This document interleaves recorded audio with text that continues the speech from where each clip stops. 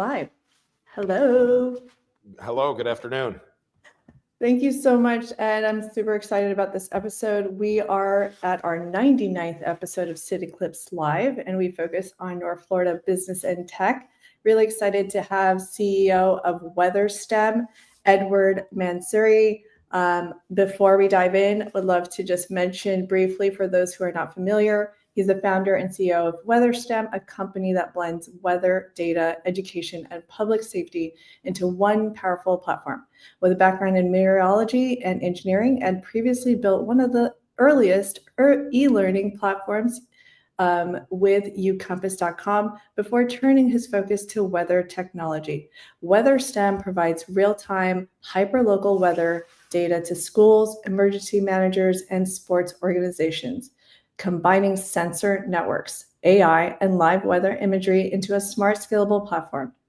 Ed's work bridges public safety, education, and innovation, and he's here to share how data-driven weather tech is shaping the future of decision-making. Thank you so much for hopping on today. Thank you very much for having me. Excited to be here. Yeah, and it's so funny because we ended up seeing each other before at the Tallahassee 100 Club, so it was really neat to kind of hear your story again. So I was able to attend the MagLab / I think Innovation Park event where you also told your story there, because I had heard about you. I just never heard the full story. So I'm really glad that this could be on the podcast and you can talk about how you got started and everything. Happy to. Thank you. So, okay, let's go to the beginning. You have a master's degree in meteorology at FSU, but you also got 2 BS or bachelor's degrees in meteorology and engineering at Penn State University. I remember you mentioned you didn't like the weather there at Penn State. You're from the Northeast, right? Yeah, I grew up in upstate New York and used to love cold and snow as a child, but when you have to start driving in it and commuting in it, I was like, I don't care where I move as long as it's in the South. And I ended up visiting Tallahassee and falling in love with it and decided to continue my graduate education at Florida State and have been in Tallahassee ever since. I've started my first company there. I'm running my second company there, and I plan to live here as for forever, hopefully. That's great. What is it? And this was one of the questions I wanted to ask you at some point, but it sounds like it's a great time. Like, what do you love about Tallahassee? I mean, I just, my first thing is I love the environment. I love how it looks. I love driving on Meridian Road and Old Bainbridge in Centerville. I just love it. I love the weather, and I love no snow. I love being a relatively short drive from some of the nicest beaches on the planet. So for me, the environment and the physical beauty of it is by far and away my biggest draw. And then from there, I think it's been a good place. I've got 3 kids. I really love the schools, Leon County schools. There's also, my kids are in the public schools, but I know that there's some great private schools. So I just really like, I'm proud to call Tallahassee home. I've been proud to run companies there for more than half my life. Yeah, I haven't had any regrets raising my kids here too. So did you stumble on entrepreneurship during college when you first started your company, or this is something that you kind of saw yourself doing at some point? I had, growing up as a kid, I kind of had an entrepreneurial spirit. I was kind of the neighborhood, yard guy, and had a paper route, as a child. So I always kind of liked setting my own course and figuring things out. But definitely during graduate school is when I really, the entrepreneurial instincts really kicked in. And my, how Weatherstem started as an offshoot of my first company, which was an e-learning software company called uCompass. And if you want me to briefly tell that story, I can, if you want me to. Yes. Okay. Absolutely. Okay, basic, because it's sort of meaningful to how Weatherstem got started. I was on a trajectory when I moved to Tallahassee for graduate school. My intention was to get my master's degree and then my PhD in meteorology. Because for me, weather has been a constant in my life. I've always, since a very young child, been very passionate and fascinated by weather. Okay, that's just been a constant. I can't tell you why, Okay. Why do some people like what they like? It's just weather's always been my thing.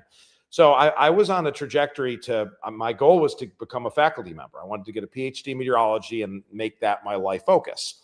And while I was in graduate school working on my master's degree, I was given the opportunity to teach.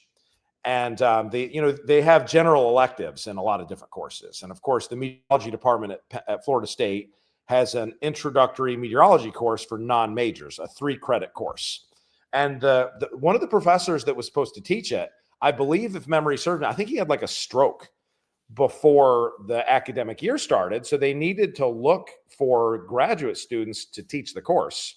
And they asked the graduate students, hey, are any of you interested in teaching? And I thought it would be cool. I thought it would be interesting to share my passion with people that are just taking it as a science elective. Okay. But I didn't really have any training.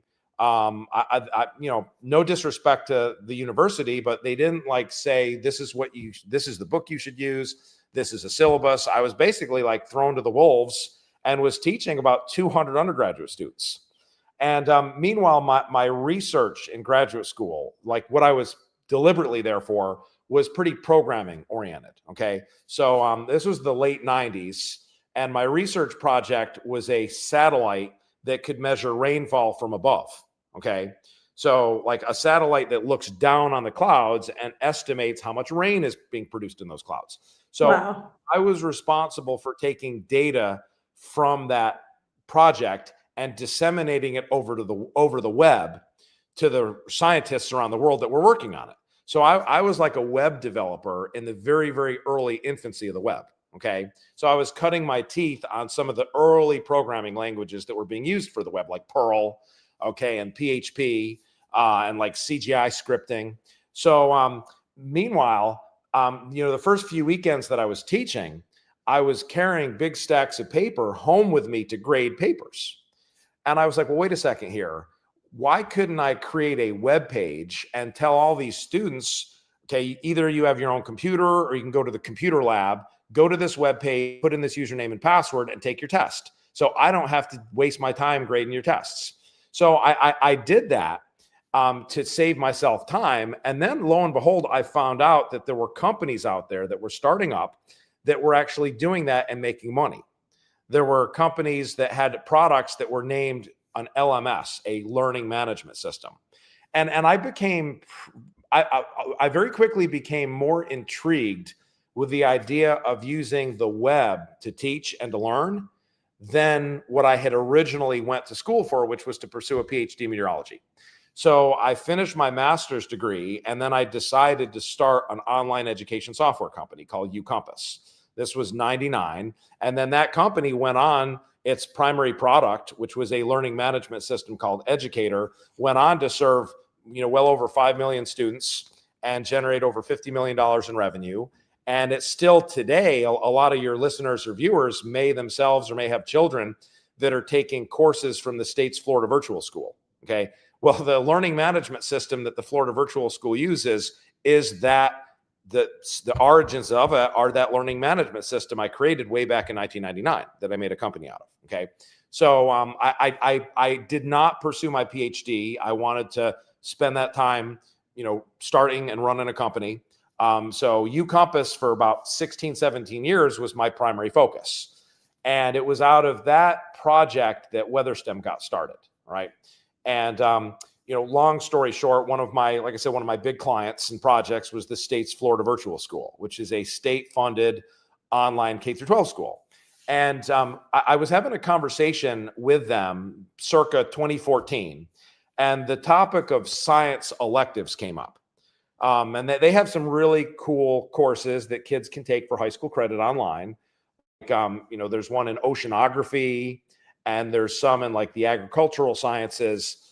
And I remembered asking them, like, what about weather? Like, why don't you guys have a weather course? I mean, we're in Florida. We get hit by hurricanes 6 months a year. Our two biggest industries are agriculture and tourism. Why aren't you offering a weather course? And what they said was, which really, really surprised me was, well, Florida's Department of Education, they have all the lists of courses that can be offered.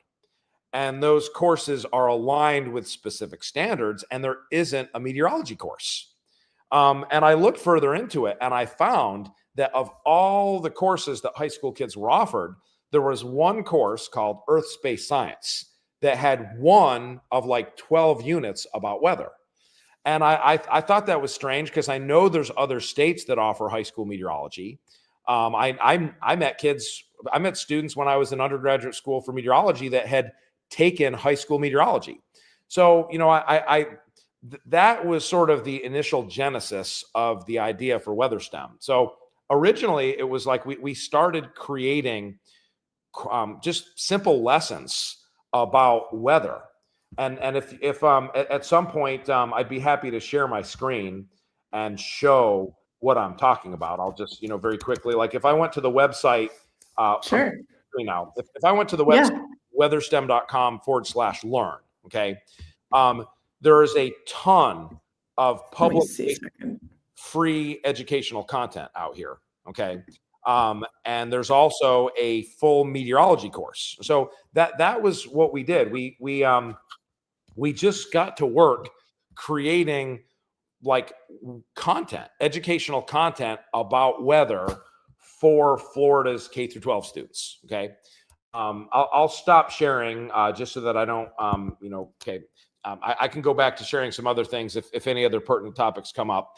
So we were, one thing I'm very proud of is we were able to successfully lobby the Department of Education, and they created a course code for meteorology with suggested standard alignments. And then we approached our longtime partners, the Florida Virtual School, and we built an online meteorology course.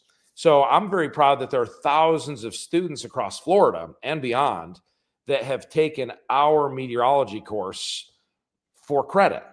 So the name Weatherstem, the STEM actually is an acronym that stands for Science, Technology, Engineering, and Math. So the roots and the origins of Weatherstem were educationally based. Okay.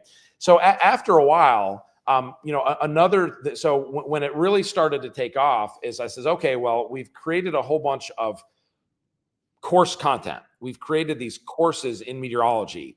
What if we could go to a school and install a weather station and then let the data from that weather station be used in the course? All right. And that's how we got started doing what we're doing now.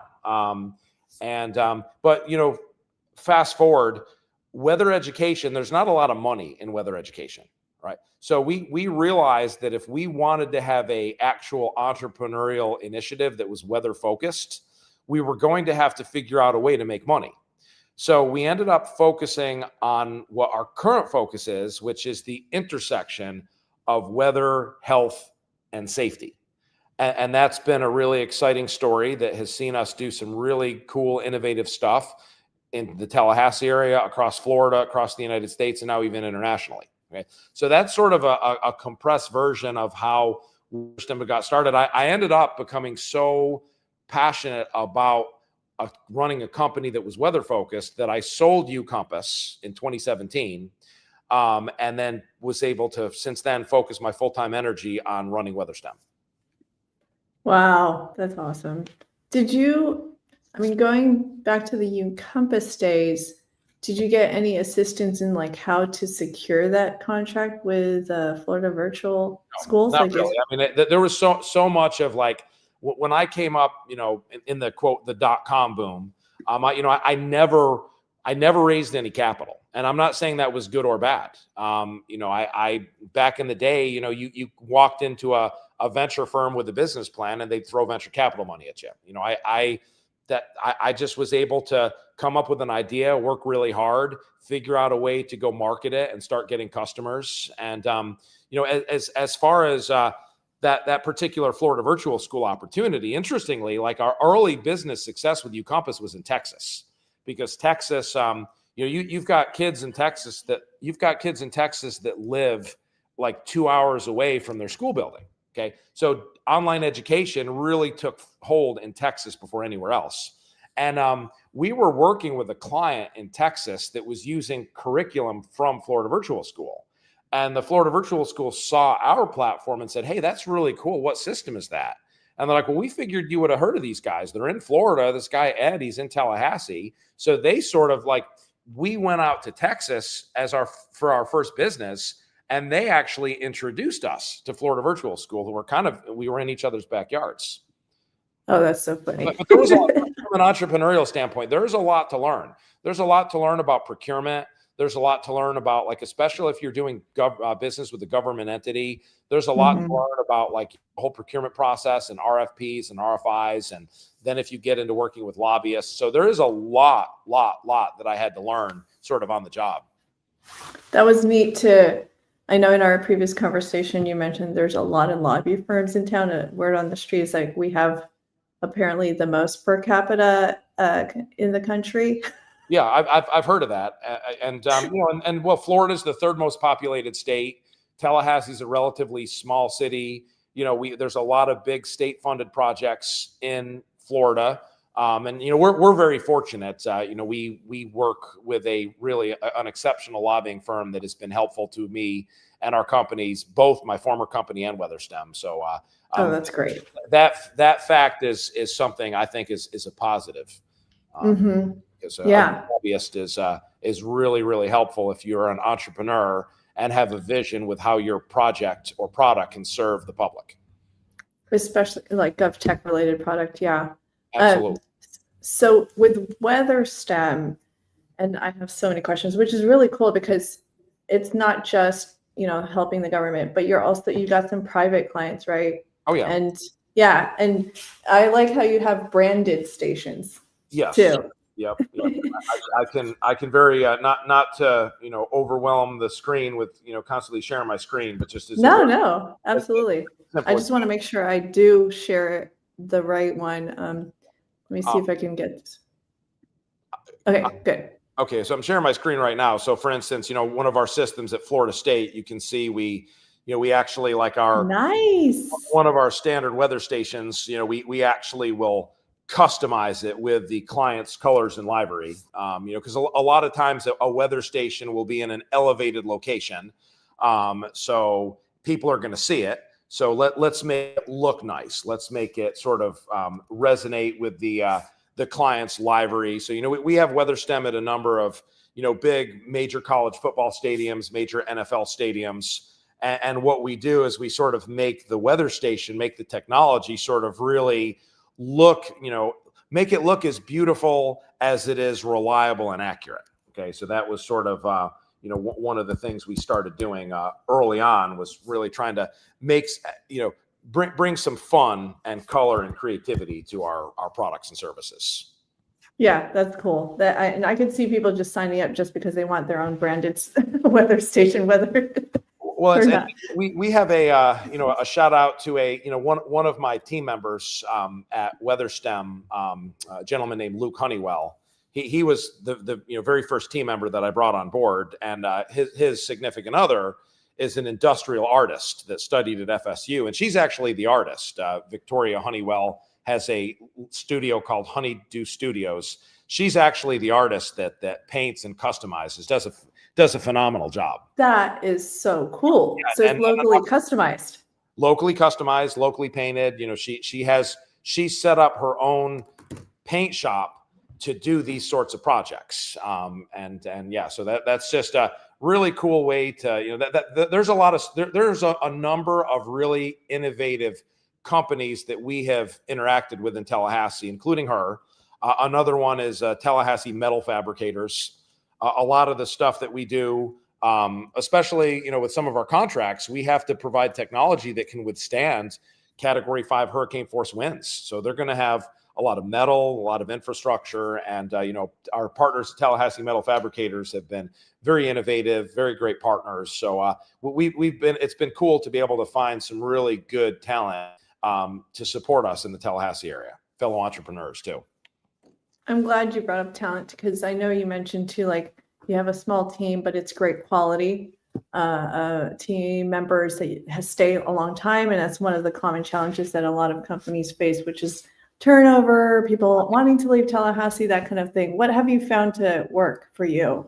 Well, I think, just philosophically, I would rather work with a smaller number of really good people that I've built a camaraderie with, that I've built a trust with.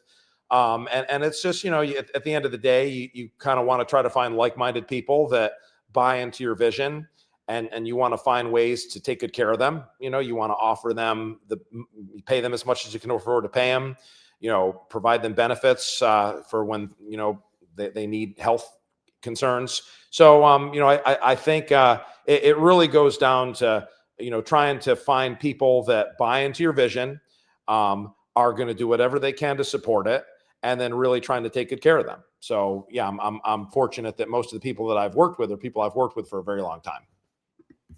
And I know I briefly mentioned AI. Your company is very innovative. You embrace a lot of new ways to run the business, even collect data. You mentioned you're open to talking about what y'all do with AI now, and you have an extensive experience with development and programming. So what is your perspective on that? Well, I mean, like for me, generically, like AI, like I've been writing code since I was a young kid. I got into computers in elementary school with the Apple II computer, and I'm 52.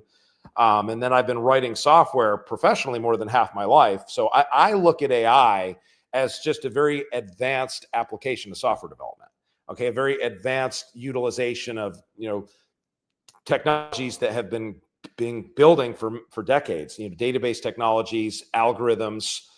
So we at Weatherstem are using a lot of our own in-house AI stuff we've created.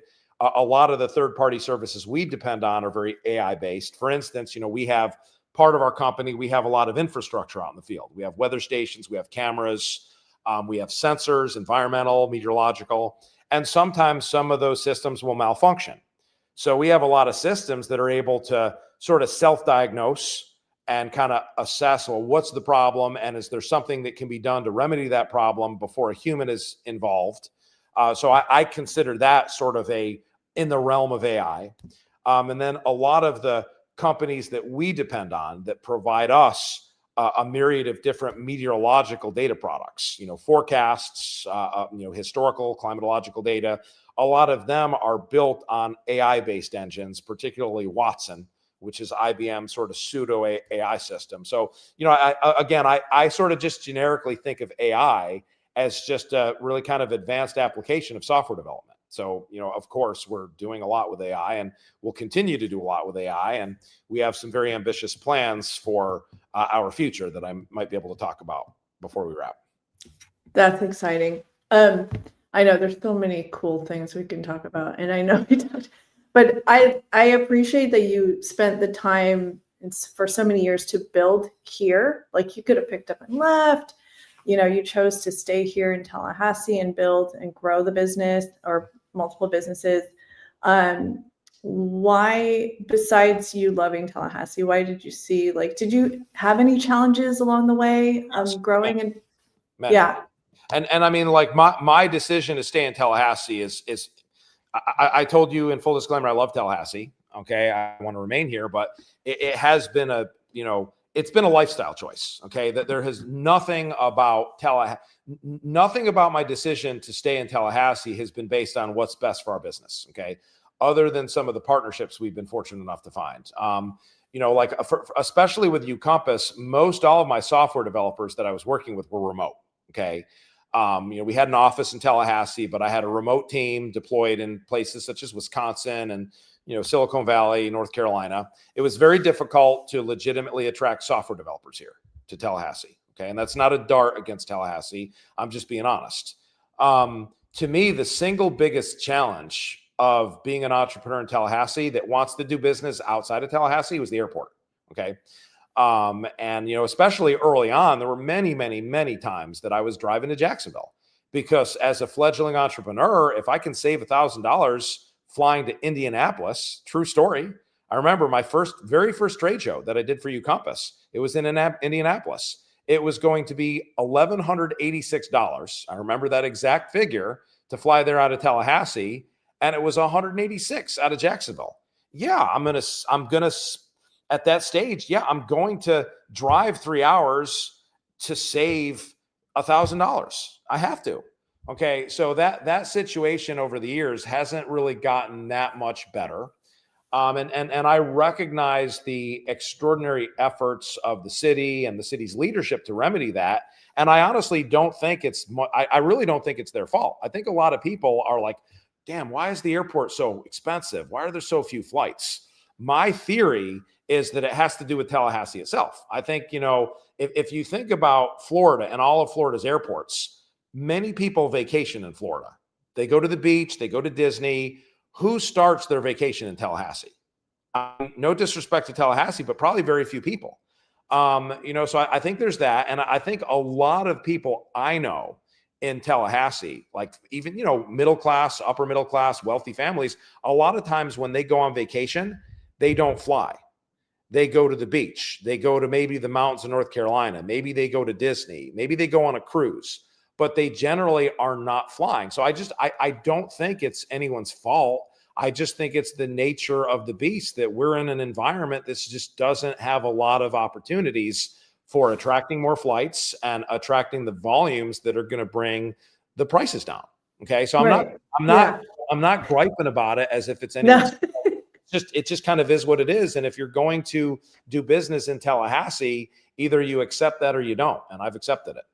Yeah, no, absolutely. I think this is like one of the number one complaints that everybody has, whether you have a business or not. I mean, even students, I'm sure they would love to just fly in when they can, and not just drive, 10 hours to Miami. It's always been pretty much my biggest and only complaint. Okay. That's valid. Yeah. I mean, so we've been able to mitigate it. Okay. We've been able to, sometimes we have to, spend a little more money. Sometimes we have to drive a little further. And I don't know. I mean, there was a time, we're doing a lot of business in the Carolinas.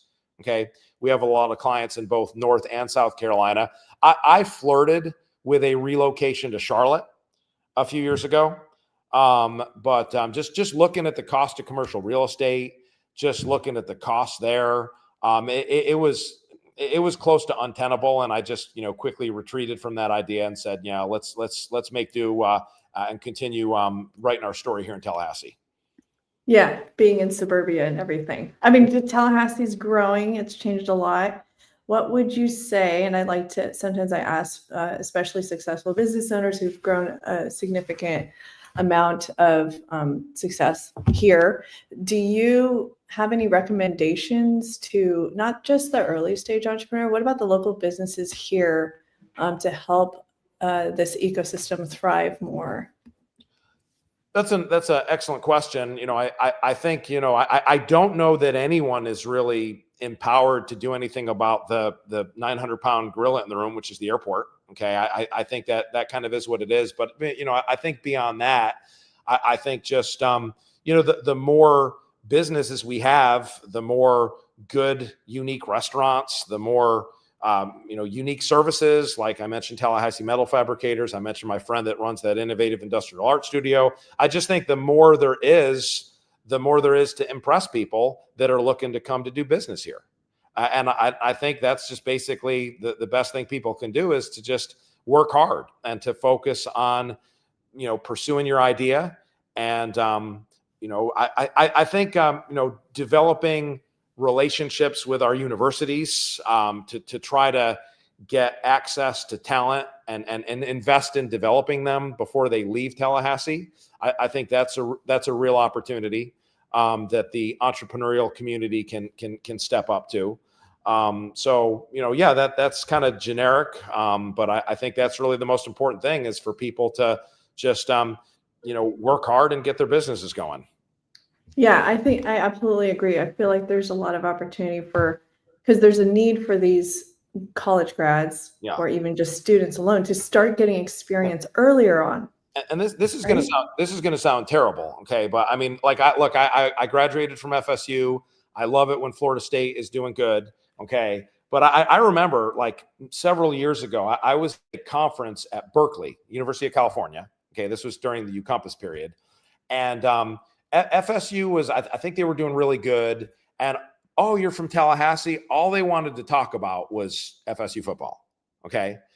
And I was like, there's a lot more that goes on in Tallahassee than Florida State University and the football team. I talked about the Mag Lab.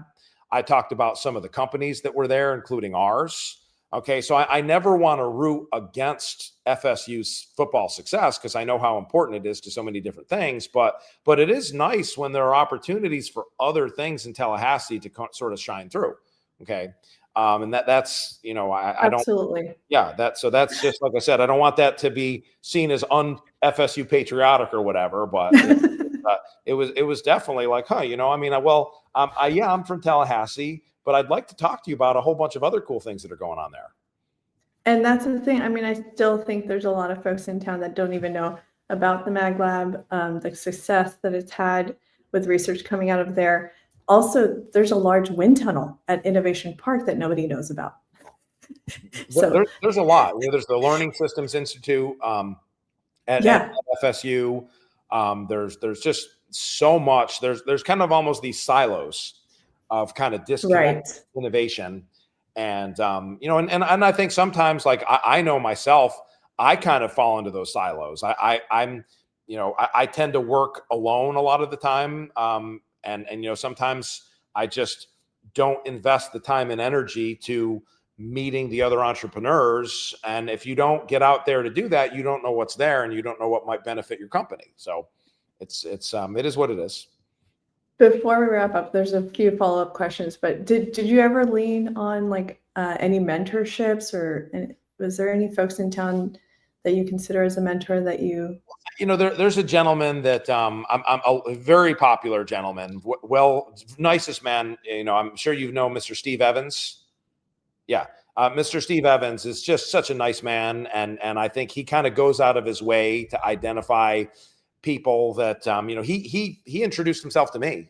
He's like, oh, I heard what you're doing. Let's have breakfast.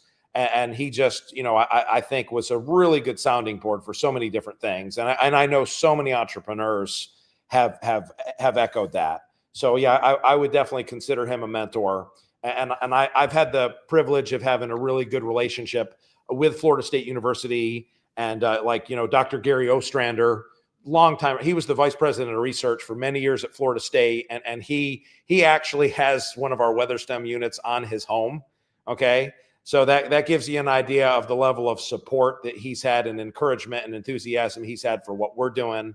So, and a number of our clients are doing stuff in the academic and research realm. So he definitely was just such a great mentor. And our former president of FSU, Eric Barron, ironically, he was the dean of the college I was at Penn State when I was in undergraduate school. He's from a sort of a climate and meteorology background. So he was such a great supporter, helped us introduce Weatherstem to both FSU and Penn State. So yeah, there have been a lot of people, both in the public and private sector in the Tallahassee area, that I've been fortunate enough to learn a lot from. And I try to pay it back. I try whenever I can to, I like our mutual friend that invited me to the Tallahassee 100 thing, Miss Marina Lixon. She's involved with the Jim Moran Institute. So whenever I get a chance to talk to entrepreneurs, I like to try to pay it forward. So I think there's a good mentorship framework within Tallahassee, like with Domi. I think the catalyst, I think the ingredients are there for there to be continued growth and continued good, hospitable environments for entrepreneurship to take foot. Okay. Completely agree. And okay, one last question before I ask you to end, and give you the stage. So how'd you feel about the snow that happened last year? It was so exciting. Oh my God. I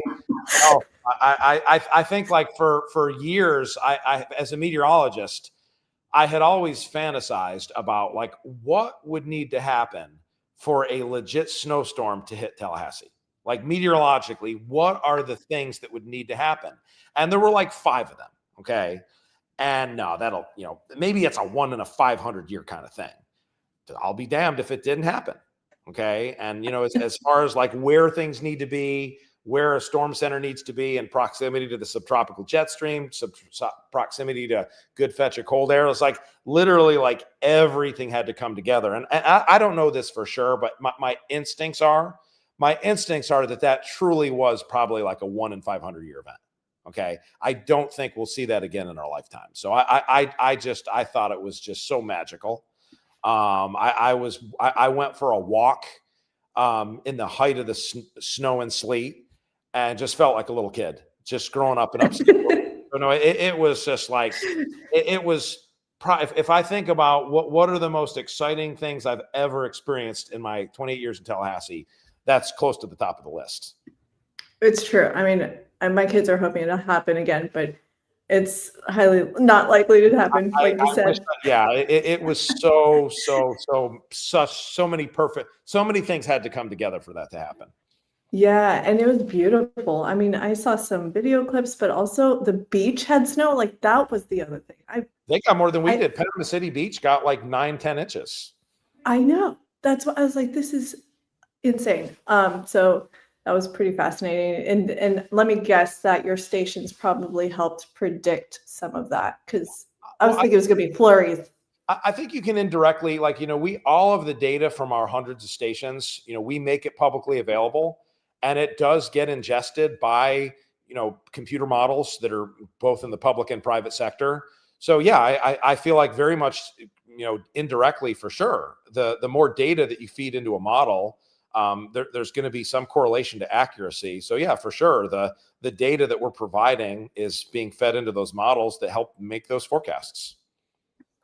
And I barely touched the surface, I know, but you recently had a partnership worked out with Disney, right? You have some large organizations working with you, insurance companies and wineries even. There's so many multiple applications. I never would have thought that there would be a saturated market. If anything, I would have guessed that you're one of the leaders pioneering in the weather tech stage, but well, it is, the weather industry is pretty crowded, but the thing is it's so broad that there is a lot of room for individuality and growth. And we're doing some things that are unique.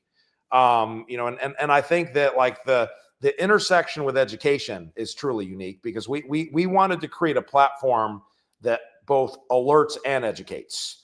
So, our new platform has a concept called guidance. Now, there's a lot of platforms that will tell you, oh, well, the temperature is over 100 at this location, or the winds are over 40 miles an hour at this location, or there's lightning within 10 miles of this location. But our platform, takes it a step further. It enables the deliverance of guidance to specific personnel or stakeholders. Okay, so based on what is going on or about to happen, these are the procedures that need to be followed.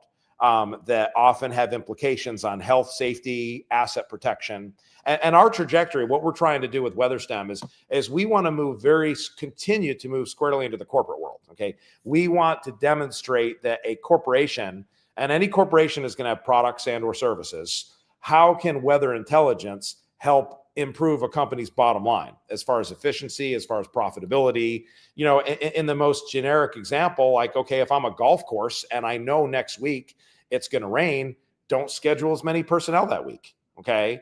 Or if I'm a grocery chain and I know this part of the country is going to get hit with a heat wave next week, make sure there's more ice cream in the inventory. All right. So we really want to be pioneers in demonstrating that big corporations can use weather and climate data intelligently to impact their bottom line positively. So that's sort of Weatherstem's next frontier. And yeah, we are very excited about forming a partnership with Disney. We're doing some really exciting stuff with them in the context of the cruise ship operations, as well as some of the stuff related to weather safety at their theme parks. So yeah, really excited about that. Wow, that's awesome. Is there anything you'd like to conclude with before we end the show? Well, I appreciate the opportunity to tell a little bit about our story. All of these, the local media, another person I'll give a shout out to is some of the local meteorologists like Mr. Mike McCall, and Miss Elizabeth Copeland over at WTXL. We make all of our cameras and all of our weather stations publicly available. So, you'll see them using our cameras to augment our live broadcasts. So we really appreciate their support and them helping get the word out about who we are and what we do. And all of these systems are available to the public. They're pretty easy to find. There's the Weatherstem app. There might be one in your neighborhood. So yeah, that's I could talk all day about weather, but I really appreciated the opportunity to talk a little bit about our story and what we're and our commitment and our loyalty to the Tallahassee area. Thank you so much. And I see his name. I'm blanked out. Who's the weather guy you don't want to show up when the hurricanes are coming? Oh, Jim Cantori. Yeah, you bet him. And you will know, not only that, so Jim Cantori is a good friend of ours because the Weather Channel uses our cameras a lot. So over the years, we've gotten to know him very well. And his actually Weatherstem's director of field operations, a young man here in Tallahassee named Mr. Tim Dotson. He's actually Jim's nephew. Okay. So that's pretty cool. When we set up a new camera, we have the luxury of being able to talk to one of the world's most foremost well-known meteorologists. Hey, what do you think about this? Oh, well, maybe pan up a little more, get some more sky. So yeah, that's a fun relationship. That's cool. Let's hope he doesn't have to show up in Florida anytime soon. Nope. He did last year with Hurricane Helene. Oh yeah. So far, we're fingers crossed. The season's not over and things are looking good. Yeah. You would know. Yeah, You'd be the first to know. I'm happy for a quiet hurricane season. Yeah. I think that we were deserved a break over the last couple seasons. Absolutely. Well, thank you so much, Edward. Sit tight. I'm going to play the outro. Thanks, everyone. Subscribe for free. We're hearing great feedback about these episodes, so we'd love to feature more entrepreneurs in North Florida. Thank you.